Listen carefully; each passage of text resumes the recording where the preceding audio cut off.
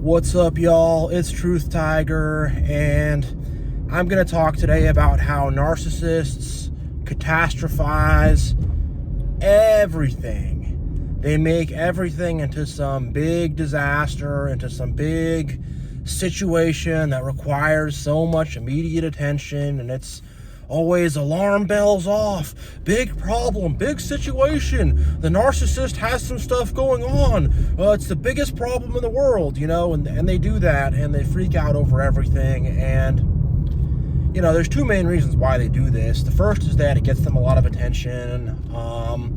It will get people to drop things. Oh, big emergency, it's a horrible situation, whatever. And the second is that they're very anxious people. They're evil people, and that's what it is with evil people. Evil people are going to live lives of anxiety.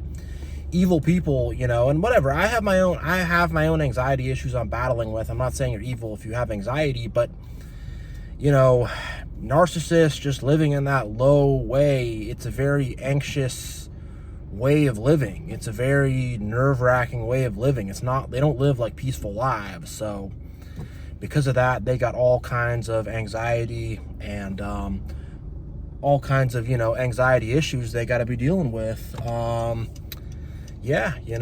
So just give me a sec here. People are just, oh my God. Sorry, people are just driving real stupid here, but, and whatever. But yeah, so narcissists have all this anxiety because they're just not good people, and they're always screwing people over and lying about things and being manipulative and being gaslighting and stuff like that, and doing gaslighting and all this stuff. So it puts them in a state of anxiety, and it makes them, it makes them want to just freak out over everything, over every little thing. And, I had to deal with some narcissists in my life, and it's like, I remember dealing with this guy, and I'm cooking something, and I have a thing on the stove, a pan on the stove, and I just turn it off for a little bit, put it off to the side, oh, what are you gonna do? It's gonna burn the food, it's gonna burn the house down, don't do that, blah, blah, blah, blah. Just like having this panic response, like I'm gonna burn down the house, when it's like, no, it's fine. I turned off the burner, I put it off to the side, it's okay, but don't ever do that, ever. They have this like freak out, panic, awful response, and you're just like, hey, what are you doing? Don't talk to me like that. Don't respond like that, and it's very aggravating to deal with when they have this freak out over every little thing. And I can tell you another story, I remember my mom had this thing she was going to down in Portland, Oregon. I'm in Seattle, Washington. She's taking the Amtrak train down there. Asked me to give her a ride. I say, sure, fine. And then she got the times wrong, so she wanted to get there half an hour early, but she got the time wrong, so by the time we left, it wouldn't have given her that cushion, and she would get there right when the train arrived. And I'm driving her there, and she's freaking out the whole way. And I said, look, you got the times wrong. It's probably going to be fine. We're probably going to make it. If we miss the train, guess what? You missed the train.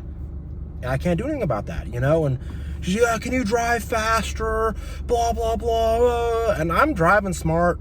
I used to be a delivery driver, so I'm taking all the routes to cut around traffic and all this stuff. But, I'm not going to whip through traffic and drive like a maniac and get in a car wreck and get a speeding ticket, to get you to your train. And she's, oh, can you drive faster? Can you this? Can you that?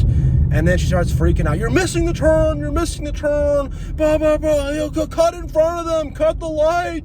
Blah, and I'm just having to just be a stone and not respond to this. Just be a rock and just be like, nope, I'm stopping at that light. I'm not going to run that. I'm not going to, push the gas and do that. I'll drive faster than normal, but I'm not going to go crazy. And I remember we're going through downtown, and there's all these one-way streets and bus lane only and all this kind of crazy stuff. And, from doing delivery driving downtown, I knew how all these streets worked. She's, you're missing the turn. You're missing the turn. You're missing the turn. She's like yelling at me the whole time. I'm like, this is not the turn.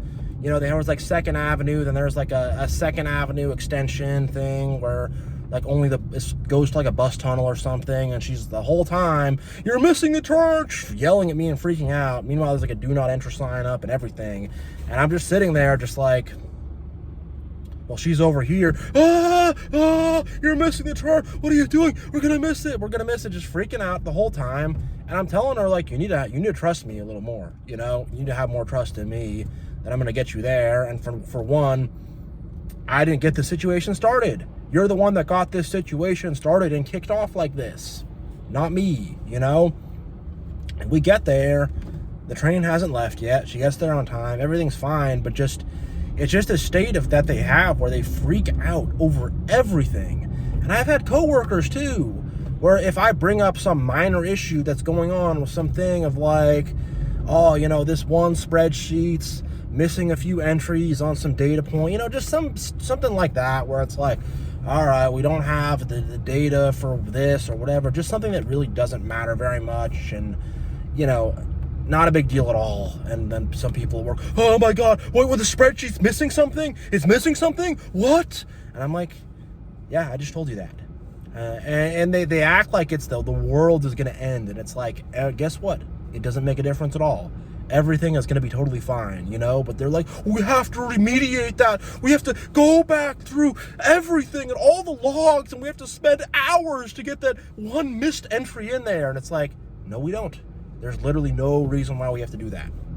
Literally none, And just accepting the fact that things won't always work out. And, just accepting that, whatever, the things aren't perfect, they can't do that, And it's like the way you message and the way you communicate with narcissists, they almost expect you to like sugarcoat things. And if you give them any bad news, they're going to trip.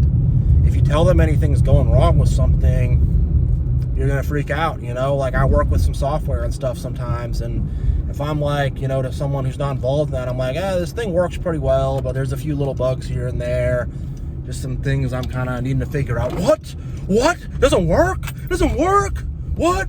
And they'll like have that response, and I'm like, yeah, that's what the fuck I just told you, And, there's no reason for you to get so crazy like that, But it's what they do. And they try to get us all anxious and stressed out the way they are. To try to drag us down to that level. And, any little thing that goes wrong, they are going to have this big catastrophe and this big, awful, horrible thing. And, it's almost like they like it. They like the drama, I guess, And when COVID and stuff was happening, and when I don't know, when bad things happen in the world or whatever, like, they love to just like jump on board with that and, jump in on, "Did you hear what happened? Did you hear what happened there? Did you hear? It's so bad. I'm so scared. We're so scared." And it's like, hey, like, stuff's happening in the world. Stuff's always happening in the world. And, this kind of weird panic response doesn't help. It really doesn't. And it's like they want to come up to you and just like shake your clothes. Oh my God. Well, it's like I don't even know how to describe it, but it's just so weird and immature and annoying. And they're just always flipping out about something. There's always some big, huge cause for panic, There's always some big thing you got to be panicking about. There's always some big thing you got to be freaking out about. There's always some big thing you got to be losing your mind about. And I don't want to be losing my mind about stuff and freaking out about stuff like that. It's just, no, it's so not fun. It's just so annoying to be around. And it's just so weird and like immature. And yeah, like I remember my grandpa was a narcissist, would call my mom, she's a narcissist too, but whatever. And he would like leave her these messages and be like, "Urgent, call back right now, urgent, call back now." And it'd just be some BS, It'd just be some like stupidity, but they love to scream, "Help, help, help." And, it's nothing going on.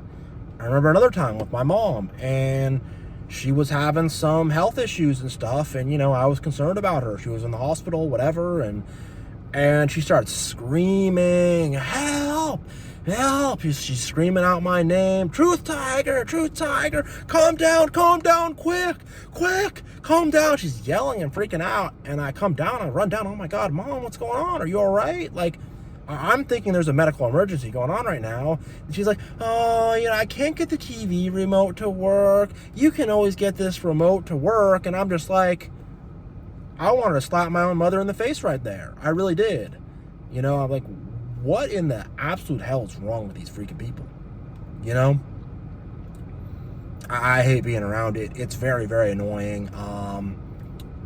And the thing is, the covert narcissists, they won't do that exact same thing where they'll freak out and make it into a big bad thing. But the covert narcissists, they will do this thing where just like, you know, well, if that works out for you, that's good. But, you know, sometimes things just don't work out. And, you know, the covert narcissists, they more just have this like negative outlook on things. They're more just like, oh, you lost your job. You know, that's what happens. You know, you work hard and you just get fired. You know, they'll just have a mentality like that. Oh, your relationship didn't work out. Me neither. You know, I got divorced. You got broken up with. It's what happens.